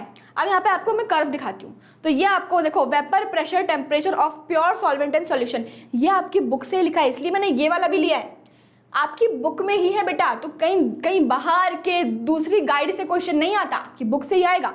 ये देखो, वेपर प्रेशर और टेम्परेचर क्या है, ये सॉल्वेंट का है, ये सॉल्यूशन का है। तो सॉल्यूशन का क्या हो रहा है, ज्यादा हो रहा है, सॉल्यूशन का देखो कर्व ज्यादा है, क्यों, क्योंकि उसका टेम्परेचर बढ़ गया, मतलब उसका बॉइलिंग पॉइंट बढ़ गया है। समझ गए, क्लियर है, डन। चलो next question, in what way KF and KB are similar and in what ways they are different. तो ये आपको 1 मार्क में आ सकता है, 1 मार्क का क्वेश्चन है, सिंपल है। आपको सिमिलैरिटीज लिखनी है और डिफरेंस लिखना है। तो अगर मैं सिमिलैरिटीज की बात करूं, अगर मैं सिमिलैरिटी की बात करूं, ठीक है, तो सिमिलैरिटी में देखो KF और KB में क्या सिमिलैरिटी बेटा, जब भी हम डेल TB लिखेंगे तो KB डॉट M लिखेंगे, जब भी हम डेल F लिखेंगे तो हम लिखेंगे KB डॉट M। मतलब कि दोनों ही क्या है, मोलाल कांस्टेंट है, दोनों ही क्या है, मोलाल कांस्टेंट है ना। दोनों में हम क्या मेजर कर रहे हैं, मोलालिटी को मेजर कर रहे हैं, तो दोनों ही क्या है, मोलाल कांस्टेंट है। और डिफरेंस क्या है, अगर मैं इसका डिफरेंस लिखूं, अगर मैं इसका डिफरेंस लिखूंगी तो डिफरेंस क्या है, जो आपका KF है that is the freezing point, depression in freezing point constant, depression in freezing point constant है ये, समझ गए। और जो आपका KB है वो क्या है बेटा, ये आपका बॉइलिंग पॉइंट कांस्टेंट है, तो elevation in boiling point constant. तो फ्रीजिंग पॉइंट लोअर हो रहा है ना, फ्रीजिंग पॉइंट क्या हो रहा है, लोअर हो रहा है, तो ये क्या है, फ्रीजिंग पॉइंट कांस्टेंट है, और बॉइलिंग पॉइंट कांस्टेंट कौन सा है, KB है। तो ये डिफरेंस है इसमें, सिंपल क्वेश्चन है, 1 मार्क का आएगा। लिख लोगे आप अच्छे से, लिख लोगे ना, इसको अच्छे से बता दो, यस और no. Calculate total moles after dissociation in 0.1 molar KCl solution and 0.5 molar aluminium sulfate solution, hence decide which of the two solutions will have a higher freezing point depression। ऐसे क्वेश्चंस कैसे करने हैं आपको यहाँ पे use करना है went half factor, ठीक है। आपको यहाँ यूज करना है क्या, वेंट हॉफ फैक्टर। अब वेंट हॉफ फैक्टर कैसे यूज करोगे, KCl है बेटा, KCl को डिस्ट्रीब्यूट करो, मतलब इसको डिसोसिएट करेंगे, क्या आएगा, K पॉजिटिव Cl नेगेटिव, इसका I क्या हो जाएगा मैम, इसका I हो जाएगा 2, ठीक है। अब यहाँ पे लिखो, हमने बात करें किसकी बात करें यहाँ पे, हम बात करें, ठीक है, हाँ फ्रीजिंग पॉइंट की बात करें। चलो फ्रीजिंग पॉइंट लिखा है ना यहाँ पे, तो freezing point is equals to I KF dot M। मैंने आपको बताया था जब हम वेंट ऑफ फैक्टर पढ़ रहे थे, तो जब भी आपका वेंट ऑफ फैक्टर I लगाते हो तो किसी भी कॉलिगेटिव प्रॉपर्टी में आप इसको मल्टीप्लाई कर देते हो, है ना। अभी देखो यहाँ पे आपका KF तो कांस्टेंट है, हटा दो उसको, कोई दिक्कत नहीं है। I की वैल्यू क्या है 2 इंटू ये क्या दिया है बेटा आपको, ये क्या दिया है 0.1 दिया है, तो ये आ गया टोटल 0.2, ठीक है, 0.2 आ गया। ऐसे ही सेम एल्यूमिनियम सल्फेट के लिए कर लो, किसके लिए, एल्यूमिनियम सल्फेट के लिए कर लो। चलो एल्यूमिनियम सल्फेट को जब आप ब्रेक करोगे तो ये आ जाएगा Al3 positive plus 3SO4 2 negative. ठीक है, इसका I निकालोगे, I कैसे निकालते हैं, कितना आ जाएगा I इसका 5 आ जाएगा, 3 + 2 5, 3 + 2 कितना हो जाएगा 5 हो जाएगा। Is this clear? चलिए यहाँ पे देखो del TF is equals to I KFM। अब KF तो कांस्टेंट है, I क्या है 5 है, क्या दिया है 0.05, 0.05 कितना है बेटा 0.25, 0.25 किसका ज़्यादा दिख रहा है आपको मैम? ऑब्वियसली इसका एल्यूमिनियम सल्फेट का ज़्यादा है, तो हम यहाँ पे लिख देंगे Al2SO4 होल थ्राइस का ज़्यादा है देन KCl। बस खत्म हो गया। Which of the two solutions will have the higher freezing point? Depression इसका ज़्यादा है। समझ गए? क्या था इसमें? कुछ भी नहीं था, आपको वेंट हॉफ फैक्टर पता होना चाहिए था। वेंट हॉफ फैक्टर पता है तो आप कर सकते हो। ऐसे ही सेम दूसरा कोई सा क्वेश्चन आ जाएगा तो कर लोगे ना आप अच्छे से। ठीक है, What type of solution exhibit positive deviation from the Rolle's law? कौन से ऐसे सॉल्यूशन थे जो पॉजिटिव डेविएशन दिखाते हैं? मैंने आपको बताया था कि जब भी आपका जो AB का इंटरेक्शन है ना वो क्या हो जाएगा, वो वीकर होगा देन AA इंटरेक्शन या फिर BB इंटरेक्शन। जब भी इसका इंटरेक्शन वीकर होगा, वीकर बॉन्ड होगा तो पॉजिटिव डेविएशन आएगा। क्योंकि पॉजिटिव डेविएशन का मतलब क्या हुआ, जब हम ग्राफ देखते हैं यहाँ पे पॉजिटिव डेविएशन का तो एक्सपेक्टेड से ज़्यादा आ रहा है ना, उसका क्या आ रहा है देखो, एक्सपेक्टेड से ज़्यादा आ रहा है ये ऐसा, तो मतलब कि पॉजिटिव डेविएशन हो रहा है। क्यों हो रहा है? क्योंकि AB के इंटरेक्शंस वीकर हैं, वीकर बॉन्ड है तो वेपर ज़्यादा बन रहा है, वेपर प्रेशर ज़्यादा हो रहा है। A solution exhibit positive deviation from Raoult's law when the AB intermolecular interactions are weak होते हैं than AA and BB interactions. ठीक है, क्लियर है? चलो नेक्स्ट देखते हैं। What is enthalpy change and volume change of mixing of two components forming an ideal solution? I think ये non ideal होना चाहिए। ठीक है, क्योंकि हम आइडियल सॉल्यूशंस कर चुके हैं ना, नॉन आइडियल होना चाहिए। नॉन आइडियल के लिए क्या होगा, delta H mix is not equals to 0। ठीक है, और delta V mix is also not equals to 0। Is this clear? तो नॉन आइडियल के लिए भी हमने ये कर दिया, नॉन आइडियल के लिए भी हमने क्या कर दिया, ये वाला लिख लिया। Is this clear? चलो नेक्स्ट क्वेश्चन।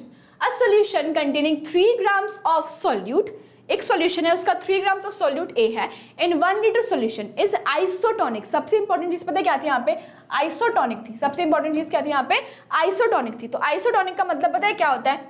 आइसोटोनिक का मतलब होता है जब दोनों सॉल्यूशन के ऑस्मोटिक प्रेशर क्या हो, बराबर हो। With a solution containing 8.55 grams of solute B in 500 ml solution, आपको बताना है मोलार मास ऑफ B। अब देखो बेटा यहाँ पे ध्यान से देखना, ठीक है, आपका दोनों का ऑस्मोटिक प्रेशर क्या है, एकदम बरोबर है। तो यहाँ पे हमने क्या लिखा, CRT क्या होता है, पाई होता है, pi is equals to CRT होता है। तो पाई मतलब क्या, ऑस्मोटिक प्रेशर की बात कर रहे हैं, C का मतलब क्या हुआ, मोलैरिटी की बात कर रहे हैं यहाँ पे। ठीक है, R क्या है, गैस कांस्टेंट है, T क्या है, टेम्परेचर है। तो हमने इसको कांस्टेंट रख दिया, इसको काट देते हैं। तो हमने डिस्कस किया यहाँ पे कि जो ये है ये मोलैरिटी ऑफ A है, ये क्या है, मोलैरिटी ऑफ B है, ये क्या है, मोलैरिटी ऑफ B की बात कर रहे हैं। तो इसको तो यहाँ से काट दो, कॉमन ले लेते हैं। यहाँ पे बचा मोलैरिटी ऑफ A, यहाँ पे बचा मोलैरिटी ऑफ B। यहाँ पे लिखेंगे नंबर ऑफ मोल्स। मोलैरिटी क्या होता है, मोलैरिटी होता क्या है, number of moles upon volume of solution is equals to number of moles upon volume of solution. Is this clear? ठीक है, ये दोनों चीजें होती है। अब हमको दिया क्या है मैम, यहाँ पे तो हमें कुछ सॉल्यूट और वॉल्यूम दिया हुआ है। ठीक है, तो लिखते हैं ना यहाँ पे अपन। चलो, तो नंबर ऑफ मोल्स क्या हो गए ma'am, given mass upon molar mass into volume. ठीक है, is equals to number of moles क्या है, given mass upon molar mass into volume. Is it clear? Is this clear? चलिए ठीक है, बहुत बढ़िया। गिवन मास कितना है बेटा, गिवन मास है मैम 3 ग्राम्स। कितना है, 3 ग्राम्स। बहुत, अरे ये पेन को भी पता नहीं क्या ही हो जाता है, ये वो बोलता है कि मैम आप रहने दो, अभी हमारा हो गया है बहुत ज़्यादा, है ना। बोलता है कि मैम आप जो हैं पता नहीं ये इक्वल टू। ठीक, चलो फर्स्ट वाले का देखते हैं। 3 ग्राम्स कितना है बेटा, 3 ग्राम्स है अपॉन जो इसका मोलर मास है दिया है आपको कितना, 60 दिया हुआ है, 60 दिया हुआ है, इनटू क्या, वॉल्यूम दिया है। बहुत बढ़िया यार, वॉल्यूम भी दिया हुआ है, कितना 1 दिया है, वेरी गुड। गिवन मास दिया है क्या बी का, देखो मैम दिया है 8.55 दिया है, बहुत बढ़िया। मोलर मास दिया है क्या मैम, मोलर मास तो निकालना है ना, मोलर मास तो निकालना है बेटा बी का, बहुत बढ़िया। वॉल्यूम दिया है 500 और ml दिया हुआ है, हमको तो लीटर में चाहिए। हम क्या करेंगे, हम ना डिवाइड कर देंगे 1000 से, तो ऊपर चला जाएगा 1000, बस खत्म। यही तक आपको लेके आना था और सिंपल से आपको सॉल्व कर लोगे, क्या आ जाएगा, इसको मैं इधर भेज देती हूँ। मोलर मास ऑफ बी है ना, क्या आ जाएगा 8.55 इंटू 1000, ओके, अपॉन 8.55 अपॉन 1000, ये नीचे लिख दो, 3 नीचे लिख दो, 60 को इधर भेज दो और 500 को भी नीचे लिख दो, खत्म। क्या है, 2 से 2 कैंसिल कर दो, ये से इसको कैंसिल कर दो, 5 से 2 को कैंसिल कर दो, बस क्या करोगे, इसको इंटू कर दो, कितना आ जाएगा आपका, देखते जरा, 8.55 इंटू 2 2 ज़ा 4 40। अब इसको कैलकुलेट करो बेटा, कितना आएगा, यहाँ पे 0, 5 4 ज़ा 20, 2 5 4 ज़ा 20, यहाँ पे 2, यहाँ पे 2 अपना ऊपर, 8 4 ज़ा 32 प्लस 2 34, कितना आ गया 342 ग्राम्स। ठीक है, ये आ गया आपका मोलर मास ऑफ बी। और ये क्वेश्चन भी मैं बता रही हूँ आपको 4 मार्क्स में या फिर 3 मार्क्स में आ जाएगा। 3 मार्क्स का क्वेश्चन है ये, 4 मार्क्स का क्वेश्चन है। सिंपली क्या करना था, आपको दोनों को इक्वेट करना था। दोनों के आइसोटोनिक सॉल्यूशंस जो होते हैं उनका ऑस्मोटिक प्रेशर क्या होता है, बराबर होता है। तो आप क्या करोगे, इन दोनों को इक्वेट कर दोगे, यहाँ से मोलैरिटी को कैलकुलेट करोगे और इसको यहाँ पे आंसर निकाल लोगे। डन, क्लियर है। चलिए नेक्स्ट देखते हैं।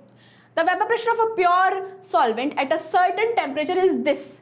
What is the vapor pressure of solution containing 6 gram of solute in 50 grams of solvent? ठीक है, क्या कैलकुलेट करना है आपको, आपको बताना है कि टोटल वेपर प्रेशर कितना है। क्या बताना है आपको, टोटल वेपर प्रेशर कितना है। तो यहाँ पे पहले अपन लिखते हैं, ठीक है। प्योर सॉल्वेंट का कितना दिया है बेटा, कितना दिया है मैम, 0.0227 दिया है, सॉरी 0.0 कितना दिया है, 227 बार दिया हुआ है। ठीक है, बहुत बढ़िया। उसके बाद आपको निकालना क्या है, आपको तो मैम प्रेशर, वेपर प्रेशर निकालना है, सॉल्यूशन का वेपर प्रेशर निकालना है बेटा आपको। ठीक है, फिर 6 ग्राम दिया, क्या किसका दिया है, सॉल्यूट का दिया हुआ है 6 ग्राम मास, ओके। और क्या दिया है, 50 ग्राम दिया है किसका, सॉल्वेंट का मास, 50 ग्राम किसका दिया है, सॉल्वेंट का मास दिया हुआ है। चलिए अब यहाँ से हम कैसे निकालेंगे, सबसे पहले एक चीज़ बताओ बेटा, जो आपका सॉल्यूशन का होता है vapour pressure is equal to जो आपका मोल फ्रैक्शन है और प्योर कंपोनेंट का जो आपका प्रेशर है वही होता है। तो मोल फ्रैक्शन क्या होता है मैम, मोल फ्रैक्शन होता है, अगर मुझे ए का निकालना है तो number of moles of A upon number of moles of A plus number of moles of B, यही होता है। क्या मैं नंबर ऑफ मोल्स निकाल सकती हूँ यहाँ से, बिल्कुल निकाल सकते हैं। चलो तो अपन वही निकालते हैं। सबसे पहले number of moles of B की अगर मैं बात करूँ तो इसको मैं लिखूंगी 6, क्या है सॉल्वेंट का कितना है 50, ठीक है। इसको 50 से क्या 50 नहीं आएगा, क्यों नहीं आएगा मैम, क्योंकि हम इसको क्या कर देंगे मैम, प्लस कर देते हैं ना। तो यहाँ पे कितना आ जाएगा, यहाँ पे आ जाएगा 60, ठीक है। कितना हो जाएगा ये 0.1 मोल, कितना हो जाएगा 0.1 मोल हो जाएगा। चलो ए का निकालते हैं, ए का कितना है मैम, हमको ए का तो सिर्फ और सिर्फ क्या दिया है मैम, हमको तो कुछ भी नहीं दिया होगा बेटा, कुछ तो दिया होगा आपको। हाँ मैम 50 दिया हुआ है, ठीक है, 50 ग्राम दिया है ना, देखो यहाँ पे 50 ग्राम दिया है, अपॉन क्या कर दोगे, मोलर मास देखो 18 है, 18 कितना आ जाएगा यहाँ पे 2.77 मोल। तो नंबर ऑफ मोल्स निकाल रही हूँ मैं पहले, ठीक है। मैं क्या कर रही हूँ, सबसे पहले मैं नंबर ऑफ मोल्स निकाल रही हूँ। कैसे निकालते हैं, गिवन मास अपॉन मोलर मास। तो इसका क्या है, गिवन मास 6 है, मोलर मास कितना दिया था 60 दिया था, ठीक है। 50 तो दूसरे वाले का 60 दिया है मोलर मास, तो हमने यहाँ पे 0.1 मोल कैलकुलेट कर दिया। यहाँ पे देखो Na 50 दिया है इसका सॉल्वेंट का। अब यहाँ पे सॉल्वेंट का तो मोलर मास दिया नहीं है, तो मैं सॉल्वेंट का अज्यूम कर लिया कि वाटर है। वाटर का मोलर मास कितना होता है 18 होता है, ये आ गया। अब इसको कैलकुलेट कर सकते हैं क्या आगे, बताओ। अब इसको कैलकुलेट कर सकते हैं क्या आगे, बिल्कुल कर सकते हैं मैम। चलिए कल कैलकुलेट करते हैं। यहाँ पे लिखेंगे मोलर मास, मतलब मोल फ्रैक्शन ऑफ ए निकालेंगे, ठीक है। मोल फ्रैक्शन ऑफ ए कितना आ जाएगा 2.77 अपॉन, इसको ऐड कर दो, कितना हो जाएगा ये 2.77 प्लस 0.1, ठीक है। इसको आगे कैलकुलेट करो, कितना आ जाएगा आपका समथिंग 0.965 आएगा, 0.965 आ जाएगा molar mass, sorry mole fraction of A, ठीक है। चलो अब बचा क्या है, सब कुछ तो आ गया, आपको निकालना था P, तो आप यहाँ से निकाल सकते हो ना, कितना आ जाएगा 0.965 इंटू ये प्योर सॉल्वेंट का कितना है 0.0227 फटाफट से आप मुझे इसका आंसर निकाल के बताएंगे। इसका कुछ तो समथिंग 0.021 कुछ बार आएगा, ठीक है। तो ये हो गया आपका सॉल्यूशन का वेपर प्रेशर। ये हो गया आपका सॉल्यूशन का vapour pressure. Is this clear? ठीक है, इज दिस क्लियर और नॉट? तो ये हो गया आपके बहुत बढ़िया वाला क्वेश्चन, और ये भी आपको 3 मार्क्स में आ सकता है, 4 मार्क्स में आ सकता है। तो मैं आपको इसलिए डिफरेंट क्वेश्चंस करवा रही हूँ। सबसे पहले मैंने आपको करवाया था किसका, बॉइलिंग पॉइंट का, फिर आपको मैंने ऑस्मोटिक प्रेशर का करवाया, फिर relative lowering of vapour pressure का करवाया। उसके बाद यहाँ देखो ये एक फिर से आ गया आपका वेपर प्रेशर वाला क्वेश्चन, रॉल्स लॉ पे है ये जो है ना, ये रॉल्स लॉ का है बेटा।